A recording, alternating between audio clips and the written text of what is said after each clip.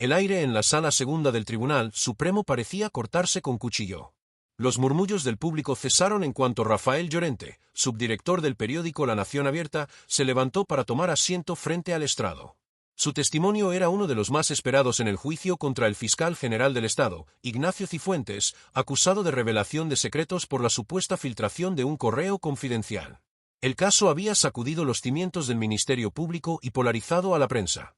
Todo había comenzado un año atrás, cuando La Nación Abierta publicó una exclusiva que revelaba un intercambio de correos entre el fiscal de delitos económicos de Madrid, Arturo Siles, y el abogado de un empresario acusado de fraude, Mario Landa, pareja de la presidenta regional Diana Montero. El 13 de marzo de 2024, El País amaneció con titulares explosivos. El fiscal propone un acuerdo a la pareja de la presidenta. El artículo firmado por Llorente sacudió el tablero político. 24 horas después, la Fiscalía emitió una nota de prensa admitiendo conversaciones entre las partes, y días más tarde, aquel mismo correo electrónico que todos negaban tener se filtró a la prensa. Ahora, un año después, el propio fiscal general estaba sentado en el banquillo de los acusados. Y Llorente, el periodista que destapó la historia, testificaba como testigo clave. ¿Usted tuvo acceso al correo de confesión de Mario Landa antes de publicarse la noticia del 13 de marzo? Preguntó el fiscal del caso, con voz seca. No, señoría, respondió el periodista sin titubear. No tuve acceso ni al correo ni a su literalidad. Sabíamos de su existencia, conocíamos los hechos, pero nunca vimos el documento original. El juez presidente, Ramiro Villalba, observó atento desde su silla central. Cada palabra del testigo era anotada por los taquígrafos. Llorente mantenía un tono firme, casi didáctico, consciente de que cada frase sería diseccionada en los telediarios. Explicó cómo su medio había recibido la información. Tuvimos conocimiento de que el fiscal sí les había enviado un correo al abogado Nieves la tarde del 12 de marzo. En él, según nuestras fuentes, se sugería un posible acuerdo de conformidad. No era una conjetura. Era un ofrecimiento real, aunque su forma fuera sutil. El abogado de la defensa, en representación del fiscal Cifuentes, frunció el ceño. ¿Sutil?, repitió con ironía. Sí, dijo Llorente sin perder la compostura. A veces la sutileza es una forma de hacer política dentro del derecho. El correo invitaba a negociar. Lo entendimos como un ofrecimiento en toda regla. El murmullo volvió a llenar la sala. Llorente aprovechó para matizar su relato. Su periódico, dijo, había verificado cada dato antes de publicarlo. Revisamos la denuncia por fraude fiscal presentada por la propia Fiscalía, cotejamos las cifras, las fechas y los actores involucrados. Todo lo que publicamos era auténtico, veraz y contrastado. No había espacio para la especulación. El abogado del Estado insistió en saber quién había filtrado la información, pero Llorente fue tajante. No revelaré mis fuentes. ¿Ni siquiera al Tribunal Supremo? Ni siquiera aquí. La Constitución protege el secreto profesional de los periodistas. No lo violaré. Un murmullo de aprobación se extendió entre los periodistas presentes. El juez Villalba intervino para poner orden, pero la imagen del periodista, desafiante y sereno, había quedado grabada en la retina de todos los presentes. Llorente aprovechó para expresar su sorpresa ante la reacción de la Fiscalía tras la publicación. Nunca pensé que una información veraz pudiera considerarse un ataque al prestigio institucional, declaró. Nuestra intención no fue dañar, sino informar. Lo que perjudica a una institución no es la verdad, sino su ocultamiento. El abogado defensor alzó la voz. ¿Está diciendo que el fiscal general, mi cliente, intentó ocultar algo? El periodista lo miró directamente. No, estoy diciendo que su reacción generó más sospechas que aclaraciones. El juez pidió silencio. El interrogatorio continuó durante casi 2 horas. Llorente explicó que La Nación Abierta nunca publicó que el pacto hubiera sido frenado por órdenes superiores, ni insinuó que existieran presiones políticas. Nos limitamos a los hechos, insistió. El correo existía. El fiscal lo envió y el abogado del acusado lo recibió. Eso es información, no interpretación. La defensa trató de desacreditar su versión señalando que otros medios habían tardado días en publicar el correo completo.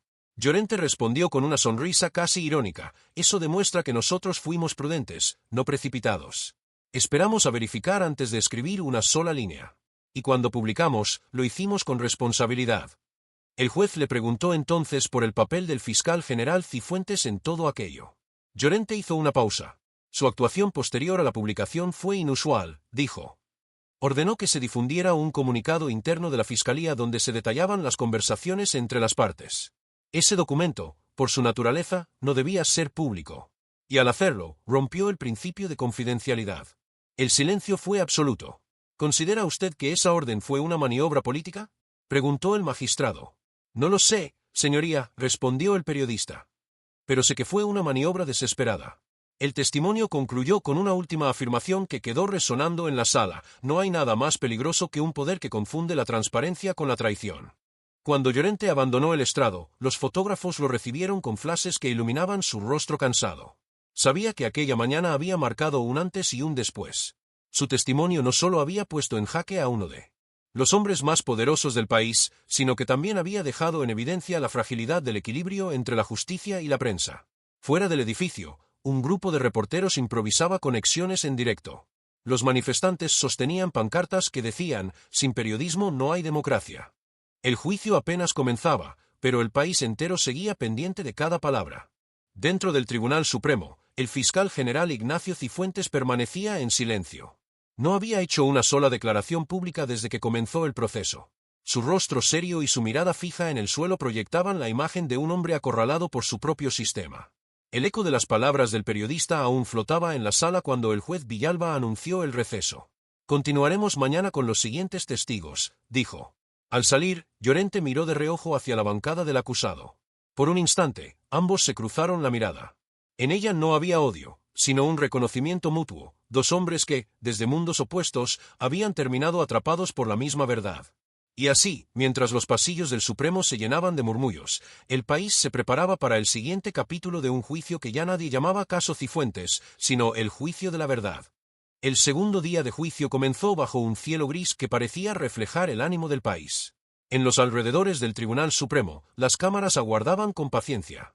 Cada periodista que entraba al edificio era recibido como si también fuera parte del espectáculo. En cierto modo, lo eran. La prensa ya no era solo narradora, era protagonista.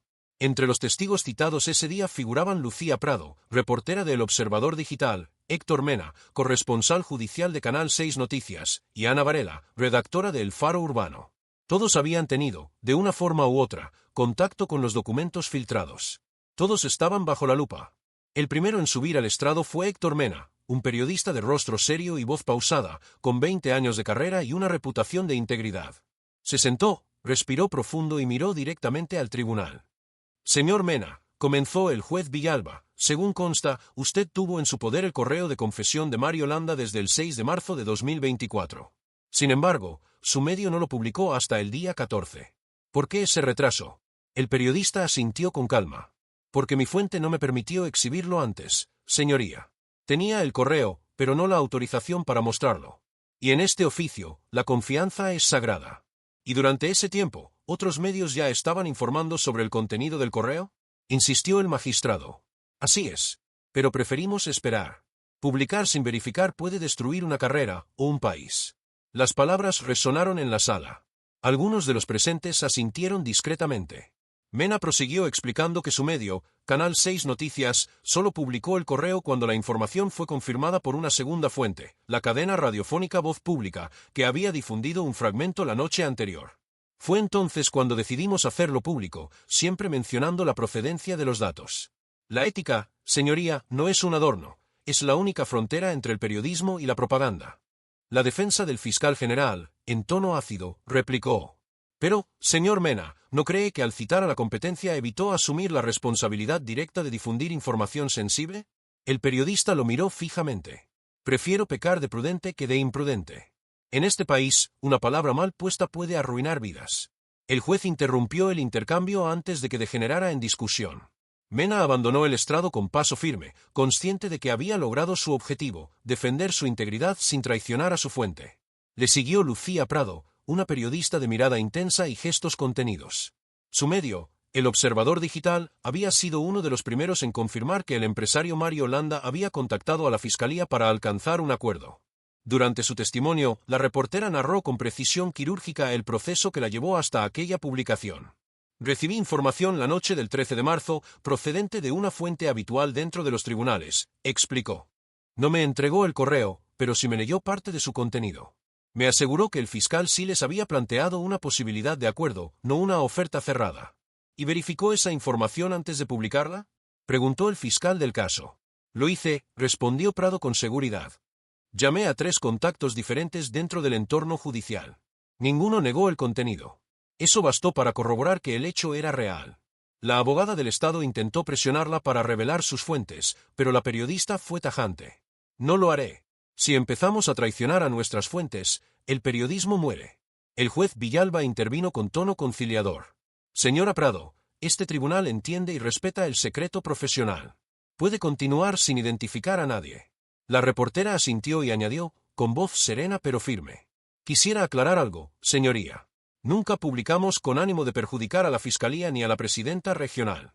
Publicamos porque los ciudadanos tienen derecho a saber cómo se negocia la justicia cuando hay poder de por medio. La sala guardó silencio. En las primeras filas, algunos periodistas tomaban notas frenéticamente. Era un recordatorio de que este juicio no solo juzgaba a un fiscal general, sino también la legitimidad del periodismo en tiempos de opacidad. El último en declarar fue Sergio Duarte, redactor veterano de El Faro Urbano. Su caso era particular. Su medio había cometido un error en una de las primeras notas, atribuyendo al fiscal Siles una supuesta referencia a un delito de falsedad documental que nunca figuró en el correo original. Fue un error mío, admitió Duarte sin rodeos. Revisamos el texto varias veces, pero en el proceso de redacción se deslizó esa palabra. Rectificamos tan pronto como nos dimos cuenta. No hubo mala fe, solo prisa. La sinceridad del periodista sorprendió al tribunal. El juez le preguntó si, pese a ese fallo, creía que el fondo de la información seguía siendo veraz. Duarte no dudó. Absolutamente. El fiscal ofreció una salida negociada y eso es lo que publicamos. Los errores formales no anulan la verdad de fondo. La defensa del fiscal general aprovechó el momento para sugerir que esa prisa había alimentado una campaña mediática en su contra. Duarte replicó sin alterarse. La prensa no crea los escándalos. Solo los muestra. Los escándalos nacen de los actos que se intentan ocultar. Un murmullo recorrió la sala. El juez pidió silencio una vez más. Al término de las declaraciones, la jornada cerró con un ambiente tenso. El fiscal Cifuentes seguía sin pronunciar palabra. Su rostro permanecía imperturbable, pero su mirada delataba el peso de la batalla. Detrás de él, su equipo jurídico comentaba en voz baja los pasos a seguir. En los pasillos del tribunal, los periodistas intercambiaban impresiones. Esto ya no es solo un juicio, es una lección de democracia, comentó una redactora mientras salía del edificio. Afuera, la lluvia comenzaba a caer, fina y persistente, como si el cielo también quisiera purificar el ambiente. Esa noche, los noticieros abrieron con la misma imagen, los 3 periodistas declarando ante el tribunal, defendiendo su derecho a informar. Las redes sociales se incendiaron. Algunos los llamaban héroes de la libertad de prensa, otros, instrumentos de un juego político. La sociedad se dividía entre quienes veían en ellos guardianes de la verdad y quienes los consideraban cómplices del escándalo. En el despacho del periódico La Nación Abierta, Rafael Llorente seguía cada palabra emitida por televisión. Sabía que su testimonio había marcado el tono del proceso. Ahora, la presión sobre los medios era mayor que nunca. El juicio se había convertido en un espejo incómodo donde el poder miraba sus propias contradicciones. Antes de apagar la pantalla, el periodista tomó su libreta de notas y escribió una frase que luego subrayó 2 veces. Cuando el poder teme a la verdad, el periodismo cumple su deber. Al día siguiente, volvería al tribunal para escuchar el turno de las defensas. Allí, frente a los jueces y las cámaras, se revelaría si aquel proceso era realmente un juicio contra un hombre o contra la verdad misma. El tercer y último día del juicio amaneció con una expectación inusual. A las puertas del Tribunal Supremo, la multitud se agolpaba tras las vallas de seguridad. Algunos agitaban pancartas en defensa del fiscal general Ignacio Cifuentes, otros llevaban carteles con frases que ya se habían convertido en lema: sin prensa libre, no hay justicia. Dentro, el ambiente era denso, casi solemne. El estrado estaba preparado para las conclusiones finales. El juez Ramiro Villalba presidía la sesión con el rostro impenetrable de quien sabe que cualquier palabra suya quedará en los libros de historia. Frente a él, el acusado, el hombre más poderoso del Ministerio Público, permanecía en silencio, con las manos entrelazadas sobre la mesa. En la primera fila, Rafael Llorente, subdirector de La Nación Abierta, observaba en silencio. Había pasado de ser testigo a símbolo involuntario de un conflicto mayor, el pulso entre la verdad y el poder. La sesión comenzó con la intervención del fiscal del caso. Su voz sonaba firme, casi solemne. Señorías, comenzó, lo que hemos escuchado en este juicio no es una disputa menor. No estamos aquí por un correo, sino por un principio, el deber de confidencialidad que sostiene la integridad de las instituciones. El señor Cifuentes, En su calidad de fiscal general, ordenó difundir un documento reservado, y con ello vulneró la confianza pública que juró proteger. Las palabras resonaron con fuerza. El fiscal detalló cómo la orden de Cifuentes había desencadenado una cadena de filtraciones que afectó a la imagen de la Fiscalía y comprometió el desarrollo de una investigación en curso. Habló de una imprudencia con consecuencias institucionales graves y de una decisión movida más por la presión mediática que por el deber jurídico. Luego tomó la palabra la abogada del Estado, en defensa del acusado. Su tono fue distinto, calculado, sereno, casi pedagógico. Mi cliente no filtró nada, dijo. Actuó dentro de la legalidad, ordenando una comunicación pública para evitar rumores y tergiversaciones. En ningún momento reveló secretos que pudieran perjudicar la causa. Lo que hizo fue proteger la verdad frente a la manipulación informativa. El argumento buscaba presentar a Cifuentes como víctima de un clima mediático hostil. La abogada acusó a la prensa de haber construido un relato sesgado y sensacionalista que había transformado un procedimiento administrativo en un escándalo nacional.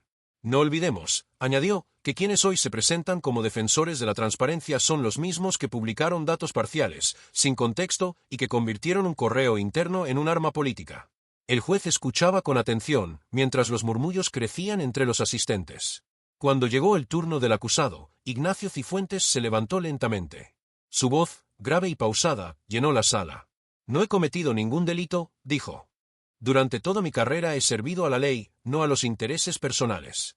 Di la orden de difundir ese comunicado porque la verdad ya estaba en la calle, manipulada y distorsionada. Quise poner orden, dar claridad. Y si eso fue un error, lo asumo. Pero no fue un crimen. Hizo una pausa. El verdadero problema, señorías, no es la filtración de un correo. Es el modo en que este país ha convertido la información en un campo de batalla. Y si este juicio sirve para recordar que la justicia y el periodismo deben coexistir, no enfrentarse, entonces habrá valido la pena. Un silencio profundo se apoderó de la sala. Incluso algunos periodistas dejaron de teclear. El juez asintió con gravedad y anunció un receso antes de deliberar. En los pasillos, las conversaciones eran un torbellino. Algunos veían en las palabras del fiscal general un intento de redimirse, otros, una confesión disfrazada.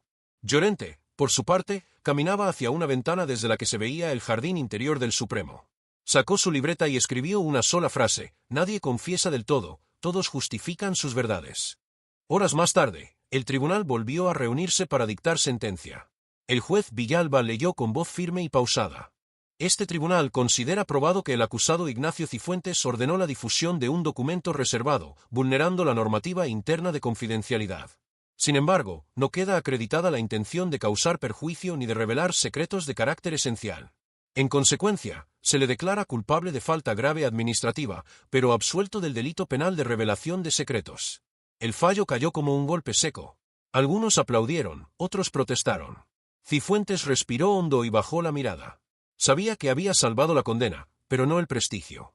El juez concluyó con una advertencia que quedaría grabada en las crónicas judiciales. La transparencia es virtud cuando se ejerce con responsabilidad, pero cuando se confunde con exhibición, se convierte en arma. Afuera, la multitud esperaba la noticia. Los medios transmitieron la sentencia en directo. En cuestión de minutos, las redes se llenaron de titulares enfrentados: Cifuentes absuelto, no hubo delito, el Supremo reprende al fiscal general por imprudencia grave. Rafael Llorente salió del edificio entre cámaras y micrófonos. No quiso dar declaraciones. Solo dijo una frase corta antes de perderse entre la gente. La verdad no siempre gana, pero nunca se calla. Esa noche, en la redacción de La Nación Abierta, los periodistas trabajaban con un silencio inusual. Nadie celebraba. Sabían que el veredicto era una victoria parcial, el fiscal no iría a prisión, pero el periodismo había resistido el embate del poder. En los telediarios, los analistas debatían sobre el futuro de las relaciones entre prensa y justicia. Algunos hablaban de una nueva era de transparencia controlada. Otros advertían de un precedente peligroso para el secreto profesional. Rafael Llorente se quedó solo en su oficina, mirando la ciudad por la ventana. Las luces del centro brillaban como un tablero de ajedrez, donde cada pieza parecía inmóvil pero cargada de tensión. En su escritorio, el titular de la edición del día siguiente ya estaba decidido: el fiscal se libra, la verdad no. Encendió un cigarrillo que no llegó a fumar y pensó en todo lo ocurrido: los interrogatorios, las presiones, las miradas cómplices, los silencios. Recordó la primera vez que recibió aquel aviso anónimo sobre el correo del fiscal Siles. En aquel entonces, no imaginó que un simple correo electrónico pudiera desencadenar una tormenta que pusiera en jaque al país entero. Pero así era el periodismo, un campo minado donde cada verdad tenía su precio. Mientras apagaba las luces, el sonido de la lluvia volvió a llenar la noche. En algún lugar de la ciudad, Ignacio Cifuentes también miraba por la ventana de su despacho vacío. Había conservado su cargo, pero perdido la confianza del público. Y eso, para un fiscal general, era una condena silenciosa. El juicio había terminado, pero la historia no. En los cafés, en las redacciones y en los tribunales, el eco de aquellos 3 días seguía vibrando como una pregunta sin respuesta. ¿Quién protege la verdad cuando todos dicen servirla? Porque al final, ni los jueces, ni los fiscales, ni los periodistas salieron indemnes. Solo la verdad, esa palabra esquiva y luminosa, seguía en pie, esperando que alguien, en algún lugar, tuviera el valor de escribirla sin miedo. Y esa, quizás, fue la verdadera sentencia.